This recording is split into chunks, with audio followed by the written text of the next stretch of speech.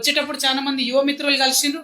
వాళ్ళు నిన్న మొన్ననే కానిస్టేబుల్ ఉద్యోగాలు 5,000 పడితే 5,000 కాదు 20,000 ఉద్యోగాలు వేయాలని చెప్పి పాపం వాళ్ళు ధర్నా చేసినటువంటి పరిస్థితి ఉంది.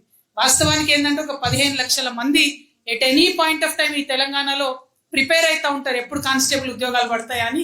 కాబట్టి ఆ 15 లక్షల మందికి తగ్గట్టుగా 20,000కు తక్కువ కాకుండా పోస్టులు వేయాలని ప్రభుత్వాన్ని నేను బలంగా డిమాండ్ చేస్తున్నా. పోలీస్ శాఖలో ఖాళీ ఉన్నాయి, జాబులు ఇచ్చే అవకాశం ఉన్నది, లేనిదేదన్నా ఉందంటే ఈ ప్రభుత్వానికి మనసు లేదు తప్పితే ఇంకోటి కాదు. కాబట్టి 20,000 పోస్టులు వేయాలని చెప్పి డిమాండ్ చేస్తా ఉన్నా.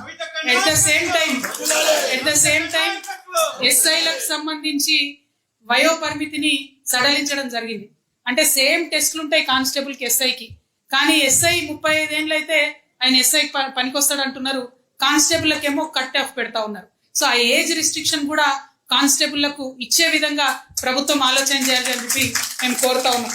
అట్లనే మరి ఈ కానిస్టేబుల్ ఉద్యోగంలోకి తీసుకురావాలంటే జీవో 46 అని ఒక జీవో వచ్చింది, ఆనాడు బీఆర్ఎస్ ప్రభుత్వంలో వచ్చింది. అది అడ్డంకిగా ఉంది.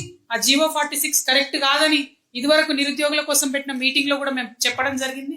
ఆ జీవో 46 ని రద్దు చేసి ఈ కానిస్టేబుల్ పోస్టులు 20,000 వేయాలని ప్రభుత్వాన్ని నేను డిమాండ్ చేస్తా ఉన్నాను.